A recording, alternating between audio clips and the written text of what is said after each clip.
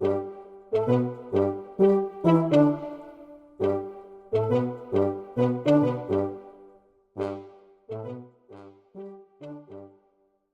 teatro es un lugar que impone, un teatro es un lugar cargado de una energía que han ido dejando todos y cada uno de los que han pasado por él. Es una energía invisible, pero que está. En cualquier caso, el teatro es un fenómeno químico en el cual solo hace falta dos ingredientes, y esos dos ingredientes son un artista que cuenta una historia y un espectador, un público que escucha a ese artista. Eso realmente es todo lo que se necesita para que el teatro exista, para que se produzca la química escénica.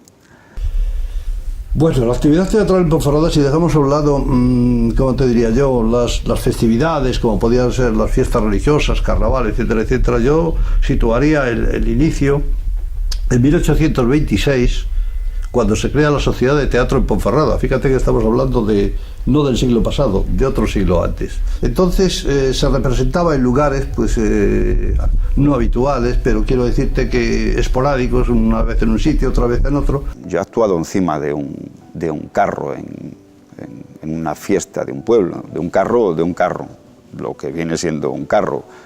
Hasta que en 1845 se crea la primera sala estable en Ponferrada, que es el Teatro de Ponferrada o Teatro Principal.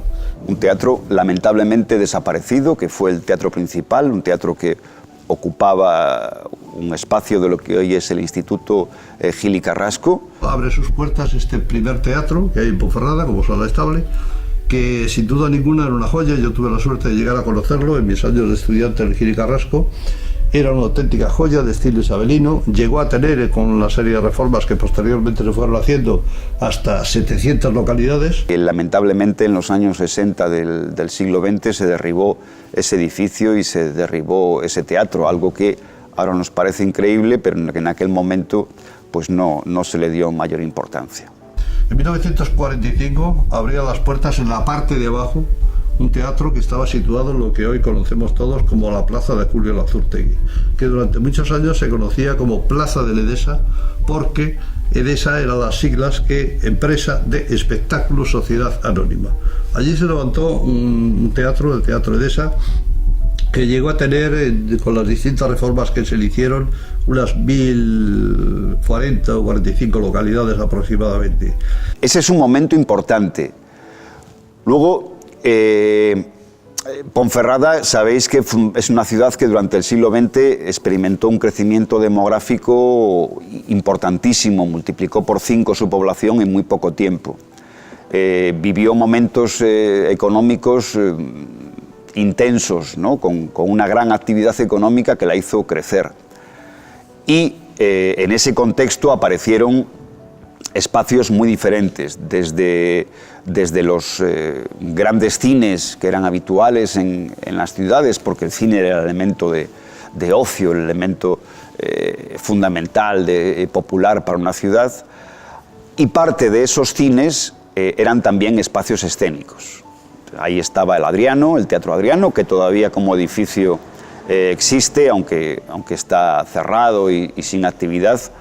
Existía el Edesa en pleno centro de Ponferrada, en la Plaza de Lazurtegui, y existía este espacio, el Teatro Vergidum. Pero sí recuerdo el Teatro Adriano, que era donde pasaban todas las compañías, y el de teatro, de teatro de texto, digamos. Y luego el teatro, el Edesa, que mucha gente no se acuerda de aquello, que era la catedral de los musicales.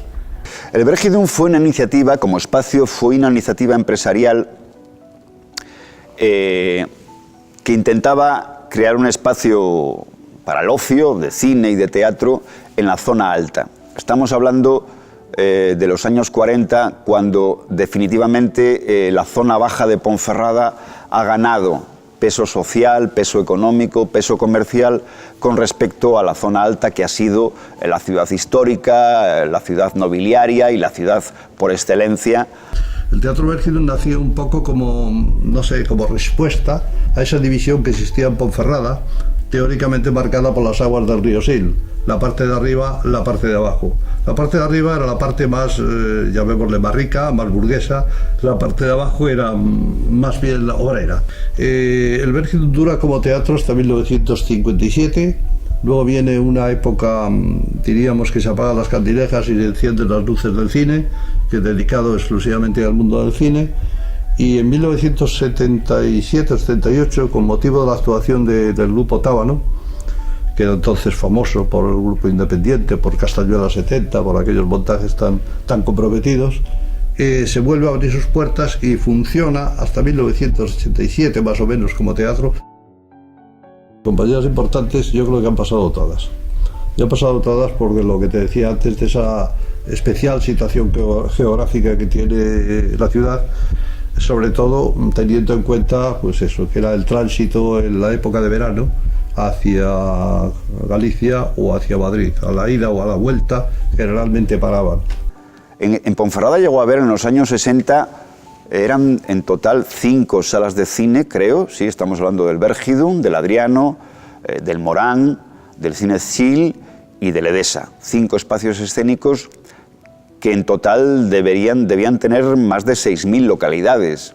Es decir, estamos en una ciudad evidentemente mucho más pequeña que la ciudad actual en cuanto a población. Eso nos da idea de lo que significaba el cine en esa época. Ponferrada en los 70 era la Ponferrada, por una parte gris que salía de ese largo agujero del franquismo y por otra parte una ciudad que estaba buscando su lugar en el mundo, ¿no? Estamos hablando de los años de la transición, esa transición que pasamos en su momento de alabar hasta el babosismo casi, y sin transición, como solemos hacer en este país, hemos pasado directamente a denostarla. Yo creo que ni tanto ni tan calvo. La transición fue un momento intenso en la vida de este país y en una ciudad pequeña de provincias como era aquella Ponferrada, una Ponferrada gris, una Ponferrada sucia, una Ponferrada rica, sin embargo, rica en lo económico, era una Ponferrada donde abundaba el dinero, pero donde la cultura era un elemento escaso, era un elemento que no tenía presencia.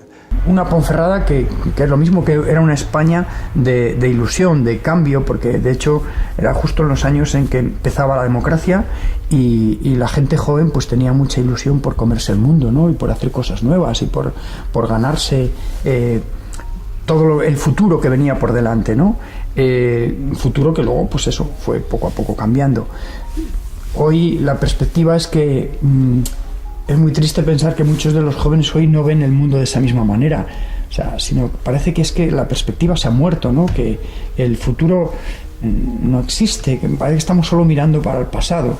En aquel momento el pasado, queríamos escapar del pasado y mirar hacia el futuro, y en ese sentido lo que había es muchas iniciativas, mucho interés, sobre todo por parte de los jóvenes, en hacer cosas nuevas. Eran unos tiempos en los que tampoco había demasiadas oportunidades, pero ni en Ponferrada ni en ninguna parte. Entonces, agarrarse a algo tan atractivo como una compañía de teatro, pues te daba rienda suelta a salir de casa, era una disculpa, a vivir la noche y hacer cosas diferentes a las que habías hecho hasta entonces. Ponferrada era triste, había una montaña de carbón, había una niebla que duraba desde octubre hasta la primavera, había suciedad. Pero bueno, era triste para mí, no sé, y para la gente de mi edad no éramos conscientes de esa tristeza, simplemente estábamos dentro de lo que nos gustaba hacer. Digamos que antes de conocer a la gente de Condegatón, al grupo Condegatón, mi contacto con el mundo de la cultura era más bien escaso, o nulo, por decir de alguna manera. Cuando había leído algún libro o algún texto era porque me habían obligado o me lo habían encomendado en mis estudios en el instituto o en la escuela, ¿no? Y cuando llegué a Condegatón entré en contacto con una gente que, bueno, pues que estaban muy metido en el mundo de la cultura y quieras que no te arrastran. En esa Ponferrada que os contaba, evidentemente no había teatros, o los teatros que había, los espacios que había eran privados y ocupados en asuntos puramente mercantiles, puramente económicos. Con lo cual hacíamos teatro donde podíamos. Conde Gatón, por ejemplo, mantuvo abierta durante un tiempo la antigua iglesia de San Antonio y la convirtió en un espacio escénico. Luego, con la colaboración que tuvimos con los distintos ayuntamientos al principio, aquello se adecentó un poco, se adecuó a como pequeña sala, una sala de 100 y pico espectadores, pero bueno, que tenía un escenario donde se podían hacer cosas, se podían hacer montajes, y entonces ahí desarrollamos parte de nuestra actividad, que también eran cursos.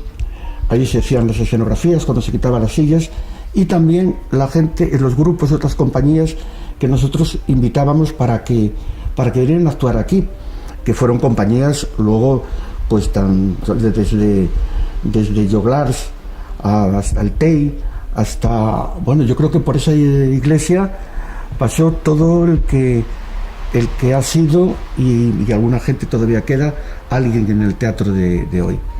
Ahí montamos nuestro escenario, teníamos nuestras butaquitas y teníamos localizado nuestra sede, ¿no?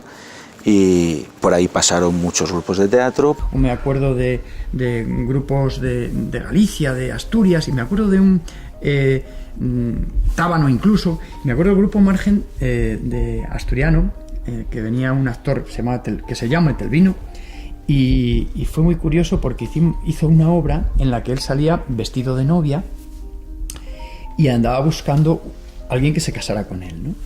Y entonces, curiosamente, ese día había ido a ver la función, había ido a verla el entonces alcalde de Ponferrada, Celso López Gadela, una persona así como muy serio y muy, muy formal. Y entonces yo me acuerdo que yo estaba concretamente con un cañón enfocando cuando Telvino bajaba del escenario y pasaba entre el público buscando a alguien que se quisiera casar con él, ¿no? Y entonces, pues, de repente no lo teníamos en absoluto preparado, y baja, y de repente va, y justo donde estaba Celso López Gadela, allí va Telvino y se sienta en sus piernas, así en su regazo, y le empieza a decir que si se quiere casar con él y todas esas cosas, y tomándole el pelo. Y claro, el otro pues se sintió violento porque encima tenía el cañón enchufado para allí, y incluso, bueno, pues fue una cosa que, claro, todo el mundo mirando para el alcalde, y como el hombre aquel vestido de novia quería casarse con el alcalde, y él pensó que lo teníamos todo preparado y que era para tomarle el pelo, y no fue así, fue totalmente voluntario, y fue una situación de lo más embarazosa, ¿no? Porque todo el mundo mirando para el alcalde y el otro todo serio allí, pues, en fin. Otra vez me acuerdo también en El Señor de Embibre, había una escena en la que estaban todos los templarios bordeando un escenario, y el escenario estaba a una altura aproximada de 1,5 metros, una cosa así, y en un momento determinado de la escena, pues a una orden del maestre, los templarios se tenían que arrodillar para un ritual, y justo pues cuando uno de ellos se va a arrodillar, está muy próximo al borde del escenario, y cuando se fue a arrodillar puso la pierna atrás y desapareció, cayó para atrás. Y todo el mundo quedó alucinado porque de repente desapareció un templario de la escena, ¿no? Me acabo de acordar de una compañía que invitamos nosotros aquí una temporada a dar unos cursos de teatro de expresión corporal y de técnicas teatrales extremas, digamos. Era una gente que hacía un teatro casi místico y tal, eran unos franceses, y bueno, que estuvieron aquí y tal. Y entonces tenían un espectáculo, o un par de espectáculos, que lo íbamos a representar ahí en la iglesia, y el día que comienza la representación no se utilizaban focos ni nada, hacían todo con luces, y eso, pues la gente, cuando se empieza a iluminar aquello con las velas, encenderse, y con unas pequeñas luces que había, pues dentro de los retablos y todo, estaba la gente de la compañía que lo hacía en pelota picada.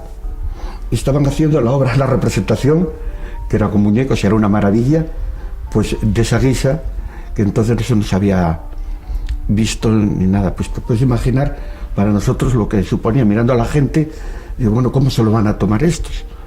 van a marchar de aquí, nos van a apedrear, y fue una imagen que lo recordaré siempre.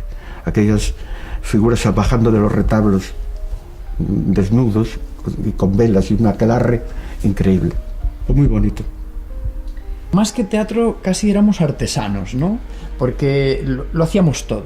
Hacíamos desde cuando se planteaba una obra, pues había que elaborar los trajes, había que fabricarse el atrezo, había que incluso construir el propio escenario. Entonces nosotros mismos llegamos a construir hasta la propia estructura de un teatro con tubos de antena, con las antenas de televisión. Íbamos al herrero y le decíamos, pues mira, quiero que nos hagas esto y esto y esto, y montábamos todo eso nosotros, para luego, cuando íbamos a hacer teatro a un pueblo, a un sitio donde no había ninguna estructura, teníamos que montarla nosotros, nosotros llevábamos y comprábamos nosotros los focos, lo montábamos todo, es decir, lo hacíamos todo.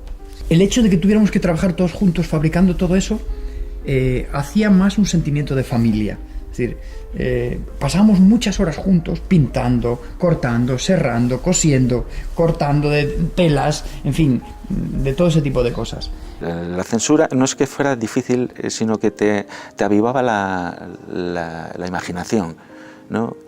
Tenías que presentar los textos en el gobierno civil de la provincia y ellos revisaban y decían esto se puede decir, esto no se puede decir, aparecían los textos pues con su marca en azul, tachado, tachado, tachado, tachado, tachado, lo que podías o no podías decir. Entonces lo que hacías era enviar un texto modificado, que les fuera bien, y luego representabas lo que te daba la gana, claro. En algunos casos, no en nuestra compañía, pero en otras compañías sí había presencia sino de algún censor, sí de algún miembro de las fuerzas de seguridad, comprobando y controlando que lo que se decía era correcto. Y en cuanto a lo que es el repertorio, lo que se ha hecho, yo creo que hemos hecho de todo. Hemos hecho desde la vanguardia de los 70, tal como pues Artur Kopik, Jean Genet, Gelderod, no sé, o clásicos como Shakespeare, Valle Inclán, Lorca. Hemos hecho creación propia, algunos textos escritos por nosotros. Hemos representado como, siempre tomándolo como un fenómeno cultural y tal, que se transformó el Señor de Bembibre, que se trataba de hacer algo para tu ciudad, para el ámbito donde tú te desenvuelves, donde tu pueblo y tal. Entonces aquello fue un fenómeno, como un fenómeno social. Yo recuerdo el Señor de Bembibre, en el castillo, pues hubo una amenaza de bomba y tuvimos que desalojar el teatro, se montó allí.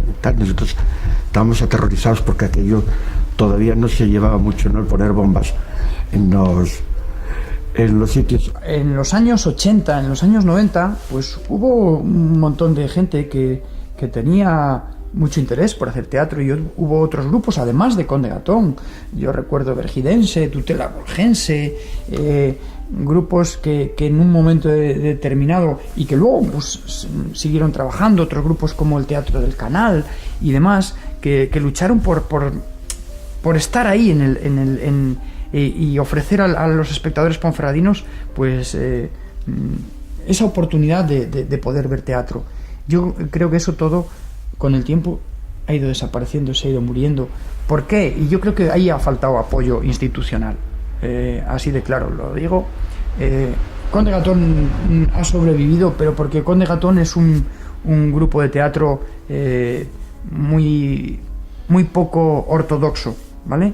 Nosotros somos un grupo que una de las claves de haber sobrevivido es no habernos convertido en profesionales. Y luego, sobre todo, insisto una vez más, creo que ha cambiado mucho el espíritu de la gente que se acerca al teatro. Creo que está instalado el espíritu de Operación Triunfo, ¿verdad? Hay que triunfar, vas a acercarte a algo para triunfar, no vas a acercarte a algo para disfrutar de, sino para conseguir el éxito. Y nosotros nunca hemos hecho teatro para conseguir el éxito. Hemos hecho teatro pues porque nos gusta el teatro y para enseñarle a la gente que el teatro puede aportar cosas a la sociedad, ¿no? Conde Gatón va a cumplir en el 2017 50 años de actividad ininterrumpida. Eso creo que es no solo meritorio, sino muy notable. Hay pocas compañías, pocos grupos en España que hayan sido capaces de mantenerse medio siglo en activo. Conde Gatón surgió en ese momento que comentaba antes, en ese finales de los años 60, en aquella ciudad gris, en aquella ciudad pobre culturalmente, en aquella ciudad, incluso vamos a decirlo claramente, una ciudad fea, surgió como una especie de grito de jóvenes que querían hacer otras cosas. Y en estos 50 años el trabajo es extraordinario, el trabajo es notable y el trabajo creo que es decisivo en la historia de las artes escénicas locales. En el 96, cuando abrimos en Ponferrada, había dos colectivos escénicos, Conde Gatón y la Compañía del Canal, no había más. Con Alex, con José, con Pablo, con la Compañía del Canal actual, pues comenzó como hace 6 años el trato, digamos, con ellos, y este año, digamos, que es el cuarto en el que trabajo con ellos. Realmente, sobre todo, lo que tenemos como representación fija, vamos a decir, de forma anual, son las visitas teatralizadas aquí en el casco antiguo, ¿no? Y después pues alguna obra puntual que hemos hecho en Cacabelos o algún contrato que ha salido en alguna otra zona, normalmente dentro de la comunidad autonómica. Las producciones en este sentido, como te decía, los fijos, digamos, que tenemos para con el ayuntamiento, diputaciones y demás, son normalmente o tienen mucho que ver con el teatro clásico en principio, y bien son adaptaciones o son textos cuyos personajes son perfiles, digamos, muy marcados de esas épocas, ¿bien? Entre los siglos XIII y XVI. Los que me abrieron los brazos, los que me dieron la primera oportunidad, digamos, fueron los compañeros, con Alex a la cabeza de la Compañía del Canal, por eso les estoy muy agradecido, y además después pues el trato ha llevado pues a que haya realmente un equipo de compañeros y de amigos, como es a día de hoy. 20 años después han surgido iniciativas muy notables, no solo en el ámbito del teatro, sino en disciplinas que eran inimaginables hace unas décadas en Ponferrada. Ha aparecido una compañía de circo, como Maintomano, que también, además, es una compañía profesional que tiene sus circuitos y que trabaja profesionalmente también a nivel nacional y que incluso se mueve en el mercado europeo. Maintomano es mano a mano en francés, inglés y castellano, ¿no? Mano a mano es la disciplina que nosotros hacemos en el circo. Y pues eso, aparte mano a mano nos gustaba el hecho de que hagamos las nuevas juntos mano a mano, y como nos conocimos en Inglaterra, yo soy francesa y Marcos pues de aquí, de ahí viene el nombre. Digamos que es sobre todo físico, ¿no? No hacemos espectáculos de texto, no, también porque bueno, quizás al habernos conocido también en un país que era extranjero para los dos, que no era de uno de allí, bueno, pues la lengua no hemos querido nunca basarnos en el texto, sino más en el lenguaje universal de lo físico, del cuerpo, de los objetos, de la manipulación de objetos, el teatro físico. Y nos gusta, bueno, llamarlo así como es poesía física, ¿no? Poesía visual. Pues Vida es un centro de formación, es un centro de artes escénicas y musicales, en donde pues bueno, te puedes formar dentro de estas 3 disciplinas, ¿no? Teatro, música, danza. Pero no dejamos de ser, pues eso, un grupo de gente con muchas inquietudes y ganas de hacer muchas cosas dentro de este campo. Lo que me aporta ir a Vida, pues vida, me aporta vida. Me aporta pues un sitio en el que me siento cómodo y a gusto, y en el que tengo la posibilidad de conocer y compartir momentos con gente que tiene inquietudes muy similares a las mías. Pues para mí es mi vida, desde luego, es decir, son las clases, son amigos que he hecho allí, tanto Lola como Pachi, que bueno, pues son un poco el motor de todo esto. Es música, es teatro, es creatividad, es ganas por hacer, son proyectos nuevos dentro y fuera del centro.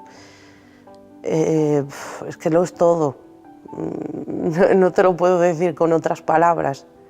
Es el trabajo de mis sueños, en el sitio donde quiero estar, además. Además hay un montón de gente implicada, un montón de alumnos. Yo creo que tengo casi pues, cerca de 70 personas en mis clases toda la semana, entre de 7 años a 60 y pico. Entonces eso pues te llena como profesional, como persona, ver que el proyecto funciona, que formas parte de él, de lo que empezó como un sueño, porque me consta que así lo fue para Pachi, y que ahora se ha convertido en una realidad entre todos. Entonces, bueno, pues eso es la leche. Eskene Teatro, que es un grupo que ahora no te sabría decir muy bien si existe o no, en realidad no, Eskene ya no existe, ya no trabaja como tal, ¿no? No sé si como asociación todavía está registrada y demás, pero Eskene murió, terminó de morir. Estuve como 5 o 6 años en Eskene, en los que prácticamente no hicimos nada o casi nada, todo hay que decirlo, Eskene venía ya de lejos y yo me incorporé, había un grupo de personas ahí trabajando, hicimos alguna pequeña colaboración, imagino que suena Solera Berciana, la coral, ¿no? Y en un momento dado pues, nos pidieron hacer una colaboración para hacer la Gran Vía, la zarzuela de la Gran Vía, ¿no? Bueno, pues las cosas se torcieron y al final el grupo de la compañía, que estaba dirigida por Carlos Gil, pues terminó poco a poco deshaciéndose, ¿no? Carlos luego ya se desligó del grupo y la compañía pues intentó seguir adelante, pero no. Y lo de Eskene, la verdad que fue una pena bastante grande porque en Eskene había gente bastante valiosa. Había gente que, bueno, sabía hacer teatro, ¿no? Bueno, aparte de vida, pues hemos hecho diversos musicales, ya con la escuela creada, el musical de Gris, otro de High School con adolescentes, luego con profesores y gente del centro, incluso algún alumno con muchas ganas, hemos hecho otro musical que se llama Caprichos, alguna performance por la ciudad, en alguna plaza de aquí de la ciudad, también hemos hecho alguna cosita relacionada con el teatro.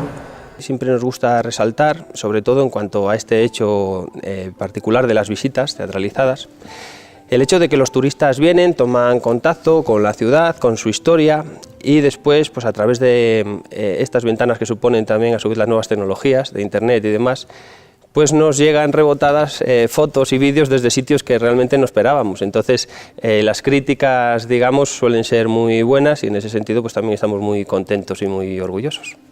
Estrenamos esa obra ahí, luego hicimos pues, una función ahí en Villafranca, en el Teatro de Villafranca, un teatro pues, muy coquetito, ¿no? Como bien sabéis, pequeñito pero muy coqueto, y todo un clásico. Y ahí terminó la obra porque bueno, la gente que trabajaba en ella era muy joven, luego pues, unos que se van a Gijón a estudiar, otros a Madrid, otros a León, tal y cual, y ahí terminó el recorrido, ¿no? Y fue una experiencia pues, muy interesante, muy grata, quedamos muy satisfechos. El único problema es que no tuvo luego recorrido a la hora de moverla. No había dinero para moverla y no se movió directamente. O sea, no había dinero, además era en 2013, el primer año del 21% de IVA, año de crisis brutal. Yo creo que la crisis mayor que tiene ahora el teatro y que tiene todo el mundo del espectáculo y tal son los impuestos y las condiciones que tienes para poder hacer. Pero no lo sé, está la cosa complicada, hay muchas compañías que están cerrando porque los impuestos son abusivos. Y sabes que una cuarta parte es para Hacienda, otra cuarta parte para entre otros impuestos, derechos de autor, que aunque sea la obra tuya no la cobres, tú tienes que adelantar y tienes que pagar los derechos de autor. O sea, es prácticamente imposible. Cuando es un 4% del PIB español, si no me equivoco, lo que aporta la cultura, el Producto Interior Bruto. Un 4% es una barbaridad. Y nos atosigan, nos atan. Ese es uno de los principales problemas del IVA.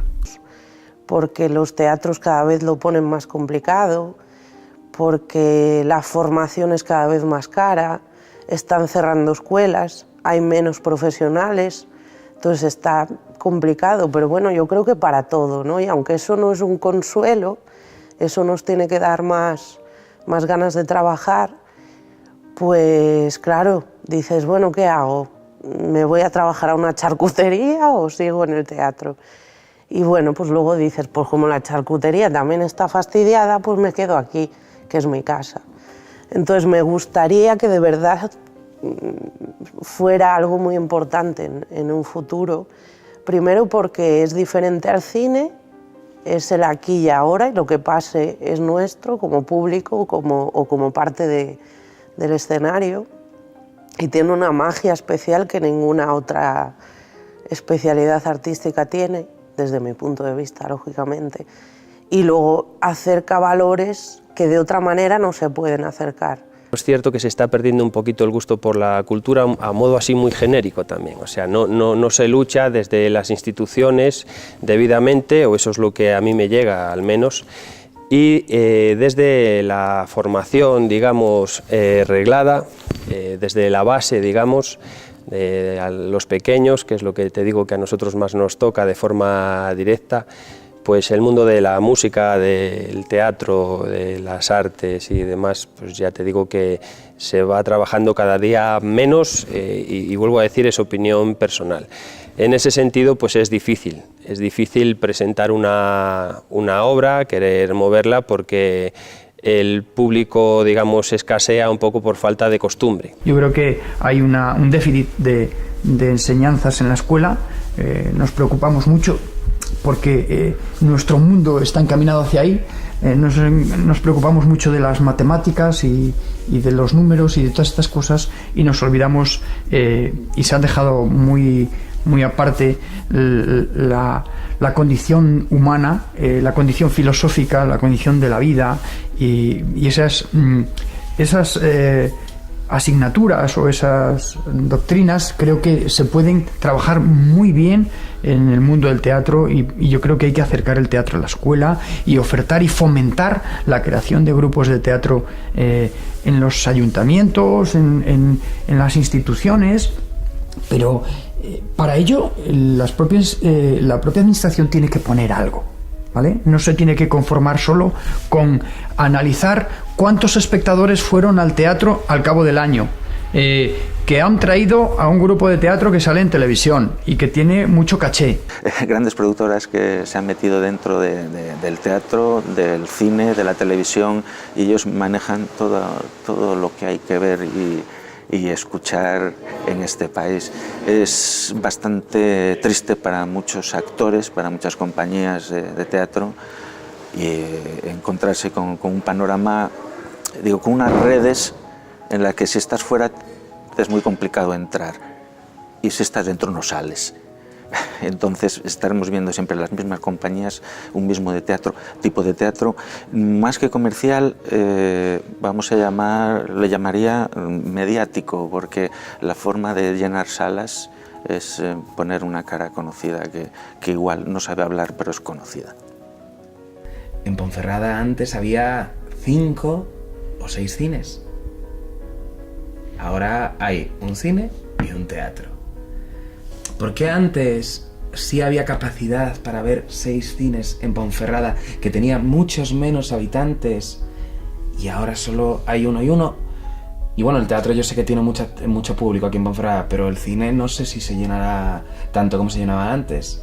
¿Por qué pasa eso? Pues no te lo sé decir. Yo creo que tiene que ver con que el Estado ha criticado, ha quemado la cultura, no porque no dé ayudas, sino porque yo creo que se ha demonizado la cultura.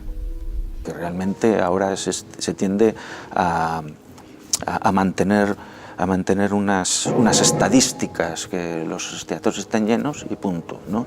Entonces, si no se cuida y se comprometen desde los propios teatros a sacar a flote lo que hay dentro de su propia ciudad y soltarlo, repartirlo entre las otras, hacer sus intercambios, pues seguiremos pues un mundo un poco aburrido.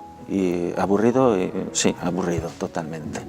El concepto público, que es un concepto que sabéis que en este momento se pone en duda, está cuestionado y está sometido a tremendas presiones privatizadoras, ¿no? Parece que hay un interés en muchos sectores en incidir en que lo público no funciona, lo público es derrochador, lo público no es eficiente y es mejor y es más económico y todo va mejor desde lo privado. ¿Sabes lo que pasa? Se ha demonizado mucho en el sector cultural el tema de las ayudas y las subvenciones, cuando al final no dejan de ser ayudas, nunca mejor dicho, para pues gastos de escenografía, contrataciones, ese tipo de elementos. Tú al final, cuando una gran empresa, yo qué sé, IKEA, EDP, cualquier tipo de empresa, recibe una ayuda para contratación de empleados, nadie lo juzga. En cambio, si es en el sector cultural, te demonizan y a lo mejor son 1.000 euros, que no es nada para una contratación. Por lo tanto, yo creo que las ayudas tienen que existir, pero no puede ser que las ayudas sean lo que mantiene una compañía de teatro. Una compañía de teatro tiene que mantenerse porque sea un negocio estable, y es posible. Siempre, a ver, el mundo del teatro siempre ha estado en crisis, ¿no? O sea, hay gente que piensa que es que hubo años muy bollantes y muy buenos, y no ha sido así, siempre ha estado en crisis, pero aun estando en crisis tenía un mayor apoyo institucional. Sobre todo, como te digo, al principio de la democracia, porque el teatro también era una herramienta de lucha, de protesta, de enseñar a la gente cosas que estaban ocultas, ¿no? Todo ese tiempo, todo eso ha desaparecido y ahora pues el teatro parece que es como, no sé, como que molesta, ¿no? a las propias instituciones, ¿no? Que no se apoya la cultura, que en este país ni se apoya ni se respeta. Yo he vivido en el extranjero, yo he vivido en Portugal, un país que el sueldo mínimo está en torno a los 400 euros y se respeta muchísimo más la cultura. Tú aquí dices que eres actor y lo primero que te preguntan es lo típico. ¿Y de qué comes? Y bueno, y ese tipo de cosas. No se esperan de que alguien pueda vivir del arte. Y no es vivir del arte, es lo que os digo, es una profesión más, una profesión de la que viven familias enteras. Aquí no es que no te apoyen, es que directamente ponen un montón de compañía que se está buscando la vida. Pero ahí ya no estoy hablando ni solo del circo otra vez, por desgracia. Es un reflejo de una sociedad que no apoya lo que debería apoyar. Ahora mismo, esta crisis famosa que está tocando pues la salud, la cultura y miles de otras cosas, por desgracia, ¿no?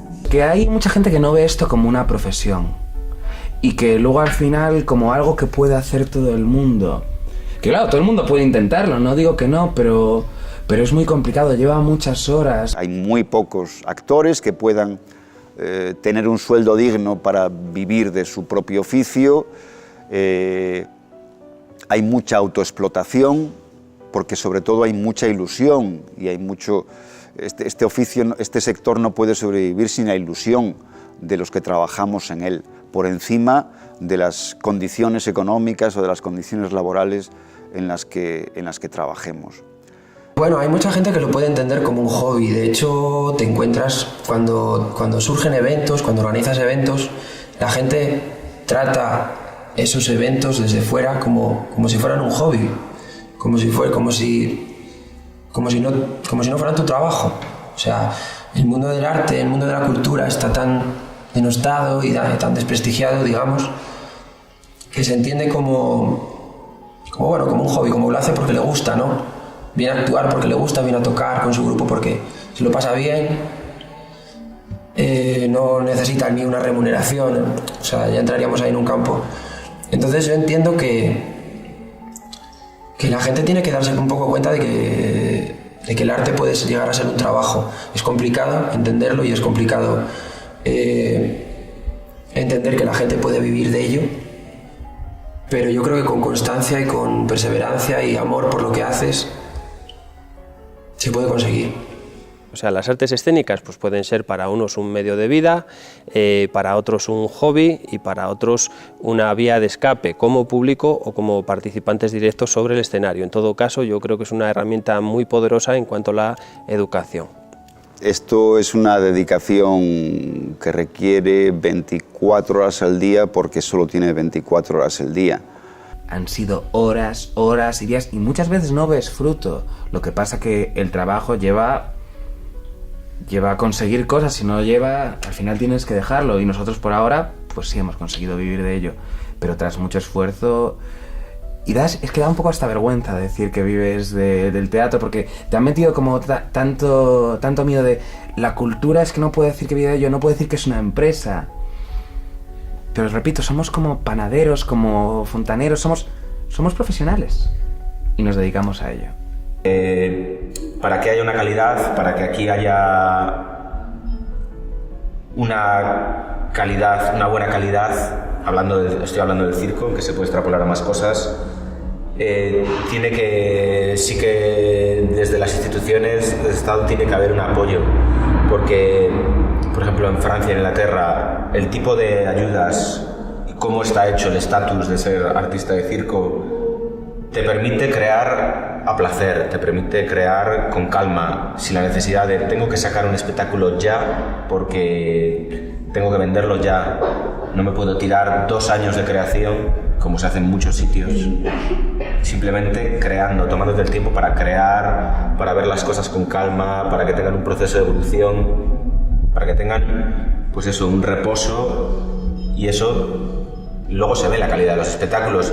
No es lo mismo un espectáculo que has estado haciendo durante 2 años, con calma, porque lo has podido hacer, porque no tenías esa necesidad porque pues tienes todo tu tiempo y tienes la tranquilidad económica para poder hacer eso, que un espectáculo que has hecho una producción en 3 meses a toda pastilla, porque tienes que sacar algo ya, porque no te puedes estar permitiendo estar de residencia, ni puedes estar pagando a un director o alquilando un espacio, etcétera, etcétera, durante un montón de tiempo, porque no hay dinero. Entonces, eso repercute en la calidad. Evidentemente, eso se ve. El teatro yo creo que tiene que mirarse en el espejo, porque yo, bueno, cuando voy al Teatro Vergidum, por ejemplo, que es un poco hasta ahora es el lugar un poco de referencia aquí en el Bierzo para el teatro, pues me siento una especie de extraterrestre. Me siento muy raro porque veo a mi alrededor gente mayor, que no digo que eso sea malo, pero sí que me siento como una especie de bicho raro, porque no veo a mucha gente joven en el teatro. Adolescentes, vamos, es casi imposible. Bueno, luego hay obras y obras, pero creo que desde las productoras que hacen teatro hay que ser un poco más humilde y buscar ese público que al final es el público del futuro y el público que va a mantener al teatro con vida. Y creo que no se hace. No sé si las generaciones actuales, dentro de unos años, van a ser público de teatro. Es decir, aquí en el Vergidum, el público que viene a ver teatro habitualmente, 20 años no tiene. Creo que se cae un poco la prepotencia de que los jóvenes, si no consumen teatro, es porque son imbéciles. Siento un poco eso a veces. Y creo que no. Creo que hay que buscar productos que seduzcan al público joven y sin olvidarnos de ese público adulto que ya lo tiene el teatro. Que ese público hay que cuidarlo, pero hay que ir abriendo camino y que no quede el teatro como algo obsoleto. Y luego, sobre todo aquí en el Bierzo, ¿no? Porque vas ya en grandes ciudades como Madrid, pues sí que ves espectáculos en los que sí que hay gente joven, adolescentes, pero aquí vienen muchas obras y pocas dirigidas al público joven y muy poca gente joven, desgraciadamente, en el teatro. Por eso creo que el futuro del teatro, para mí, corre cierto peligro en cuanto a ver salas vacías. Y eso es el final del teatro. En el Vergidum se hacen magníficas cosas, Pero a lo mejor también hay que, pues no lo sé, fomentar la creación entre los propios adolescentes. Algo fundamental, que es intentar que los niños desde pequeños conozcan el teatro, porque difícilmente puedes amar, difícilmente puedes aceptar algo que no conoces. Y yo creo que ahora se está dando cuenta la gente, sobre todo los padres, de la importancia de que sus hijos exploren en ese mundo del arte en general, porque viene muy bien a nivel personal y la gente se está dando cuenta de que aporta mucho para la vida. Yo creo que el teatro tiene que, como otras cosas, tiene que instalarse en las escuelas, tiene que acercarse a los niños. Tenemos que crear grupos de teatro en los que los niños jueguen, sientan esa necesidad de representar, sientan esa experiencia mágica que hay de ponerse en la piel de otro, porque además el teatro nos sirve para eso, como decía antes, para vivir la vida de otras personas, de otros personajes, de otros mundos que no nos lo permite nuestra propia personalidad, ¿verdad? No pensando en esos niños como público futuro, sino pensando en que los niños son también espectadores y tienen también derecho a recibir influencia artística, a tener una relación de contacto con el mundo artístico y con el mundo escénico. Si luego son espectadores, allá ellos. Lo que nos interesa ahora mismo es considerarlos como espectadores de tamaño más pequeño. Es la única diferencia con un espectador adulto. Pero esos niños crecen y se convierten en adolescentes y se convierten en adultos. Y para nosotros un adolescente es un adulto. Es decir, creo que consideraría un error hacer un teatro específico para adolescentes. ¿Qué es un adolescente? ¿Un niño entre cuánto? Entre un niño, una niña, entre 12 y 18 años, entre 13 y 17. Me parece que ese bloque de edad son adultos todavía en una etapa de formación, todavía en una etapa en la que habrá madurez, evidentemente, habrá que madurar, pero son adultos. Claro, es decir, ¿qué es lo que a vosotros os interesa, os gusta, tal?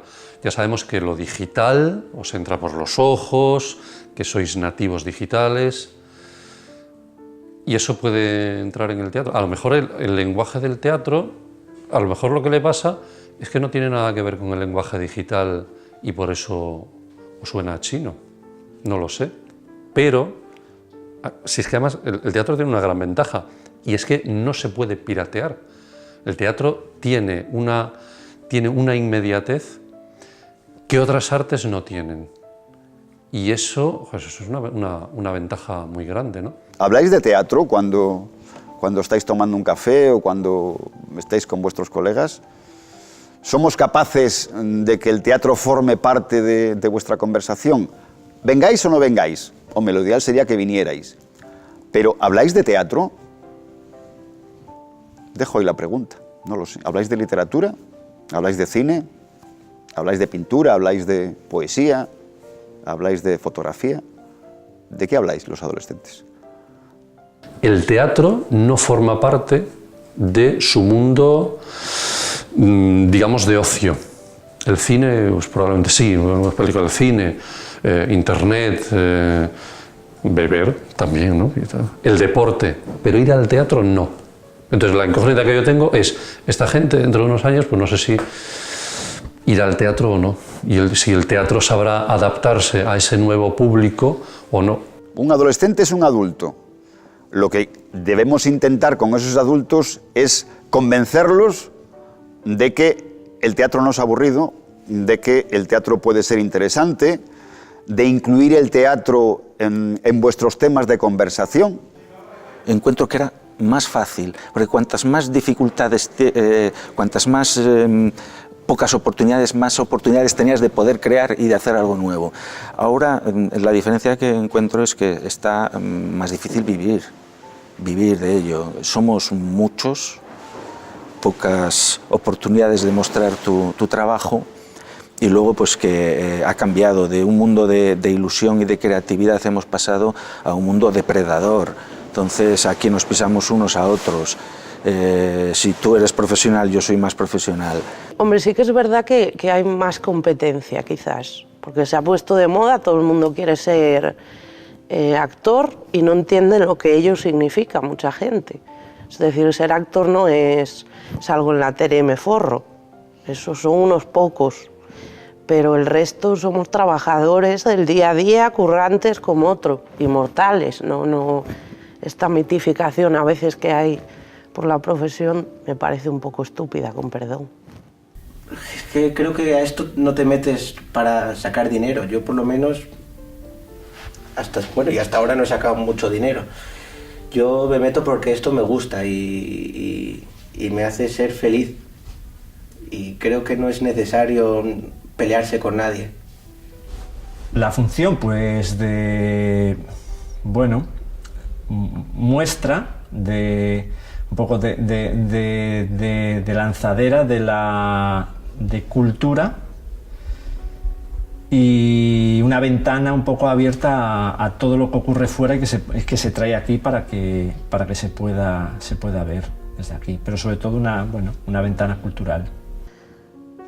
Pues difícil, me gustaría que un papel fundamental, porque creo que es cultura, es, como decía antes, creatividad, es ilusión, son ganas, es muchas cosas, entonces me gustaría que formase parte de la sociedad y jugase un papel muy importante.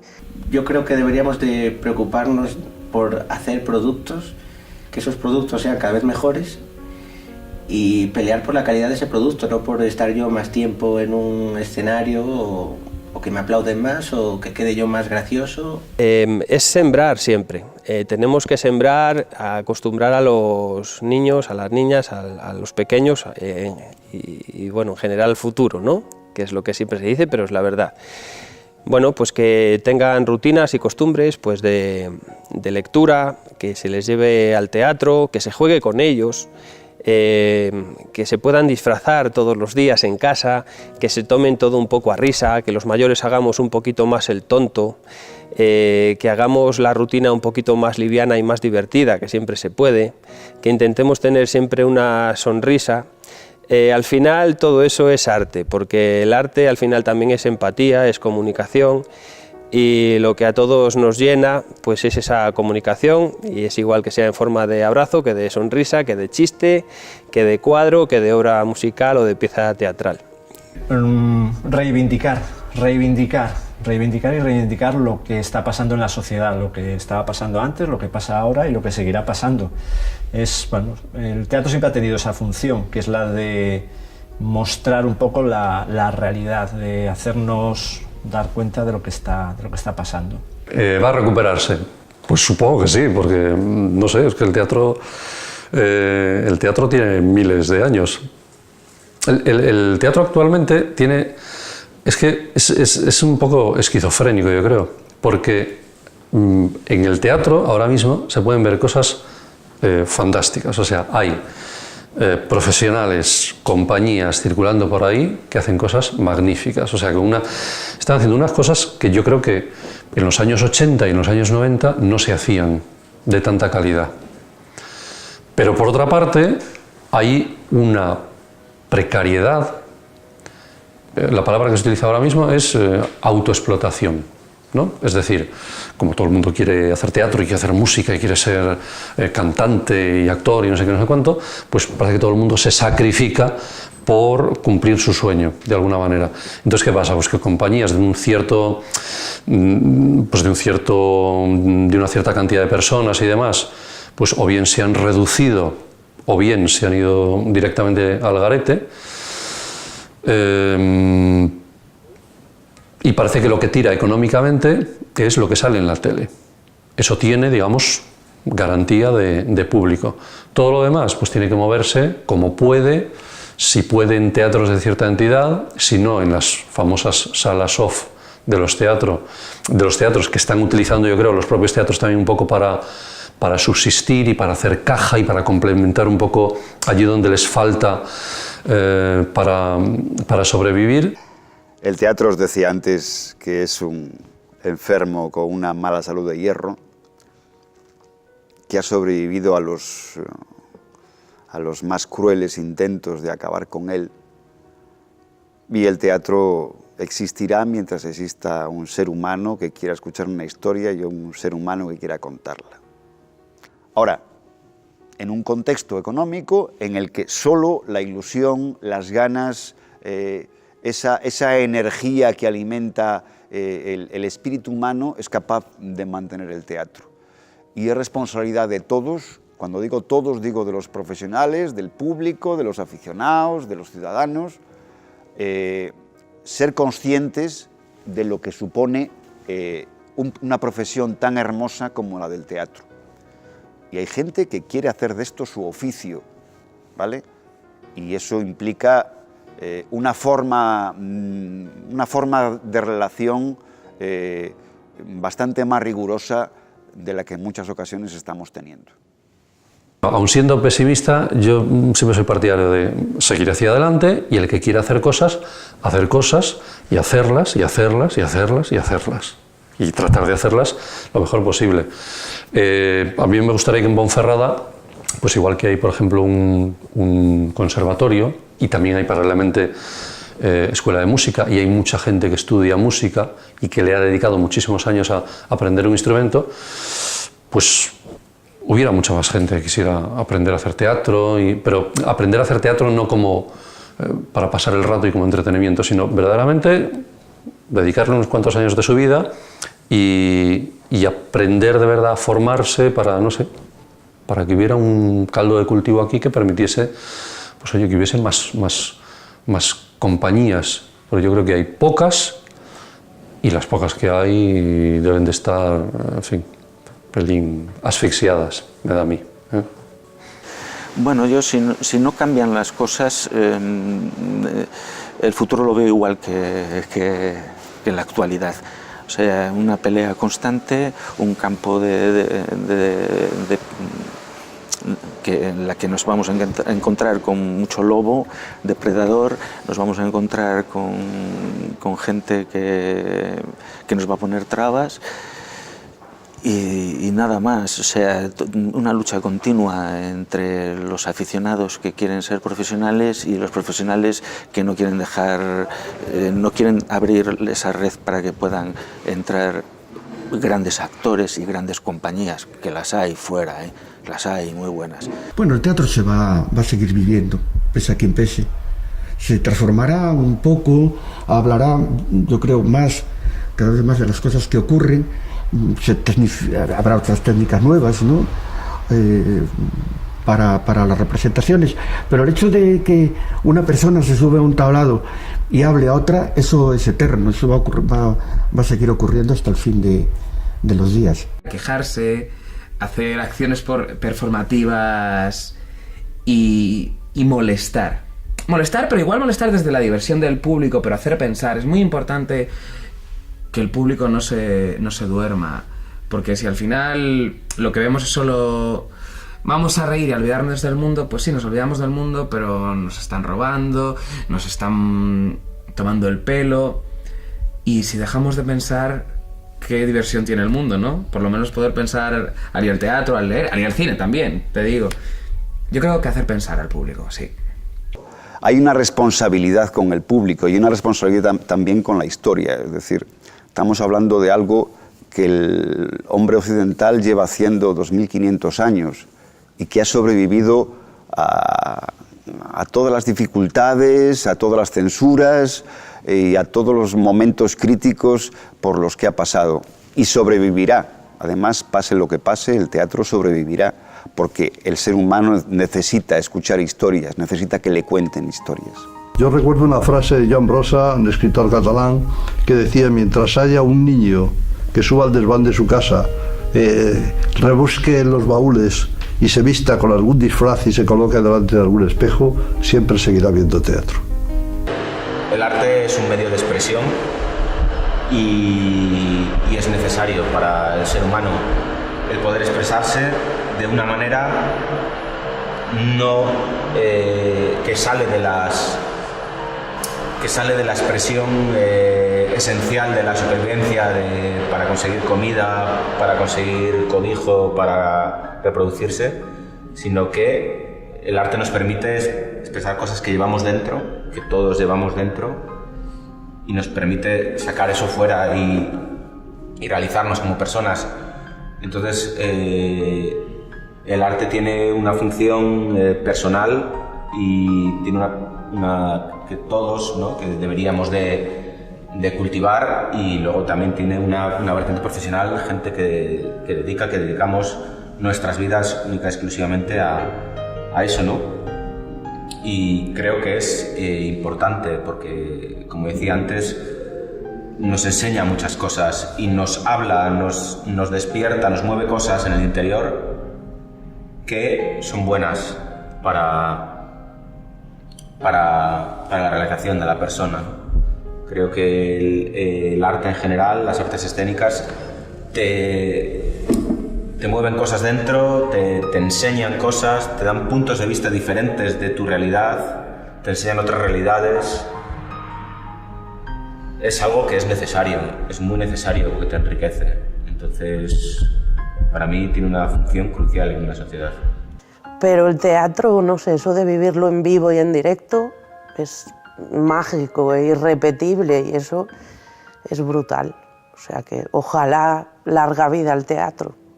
Una manera de conocer más y de conocer el mundo, yo creo que más y mejor dentro de lo poco que pueda conocerlo. Una manera de abordar el texto teatral y de conocer el texto teatral de manera distinta, de manera más viva, más orgánica. También te permite trabajar con gente de otra manera. Solamente sé que a mí me ha aportado, yo creo que una gran riqueza emocional, espiritual, cultural, de muchos tipos, y que creo que si no hubiera hecho teatro en mi vida no sería la misma persona, estoy convencido. Pues me divierto mucho, sobre todo me divierto, tengo mucha adrenalina en el cuerpo, dudo, pero eso es lo divertido, saber que en el teatro, al contrario que en el cine, tú puedes fallar. Quiero decir, y ver que alguien se ha olvidado una frase de texto, el público no se da cuenta de esto, y tienes que solucionarlo, tienes que arriesgar. Del actor, de cómo se mete en el personaje, de cómo trabaja, no sé, no te podría explicar más. Para mí el ver ahí encima, en directo, encima de un escenario, esa creación, para mí eso es magia. Y es un trabajo de colaboración y de exposición al público y demás. Entonces, eso te permite conocer gente interesante, y eso también te enriquece. Es una forma de sacar todo lo que puedas encontrar dentro de ti y jugarlo encima de un escenario. El hecho de venir a teatro, a venir a clases de teatro, le ayuda pues eso, a ese tipo de relaciones, a fomentar un poco la relación con las personas de otra manera y a dejarse llevar un poco.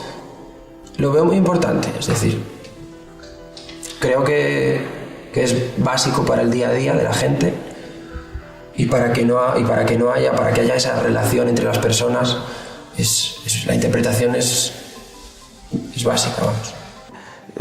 Es todo, es dicción, es proyección, es atención, es observación, es réplica. Hay muchas cosas, muchos valores que puedes sacar del teatro para aplicarlos, ya no solo como persona, sino también como profesional de ello, dentro de cualquier otra disciplina artística.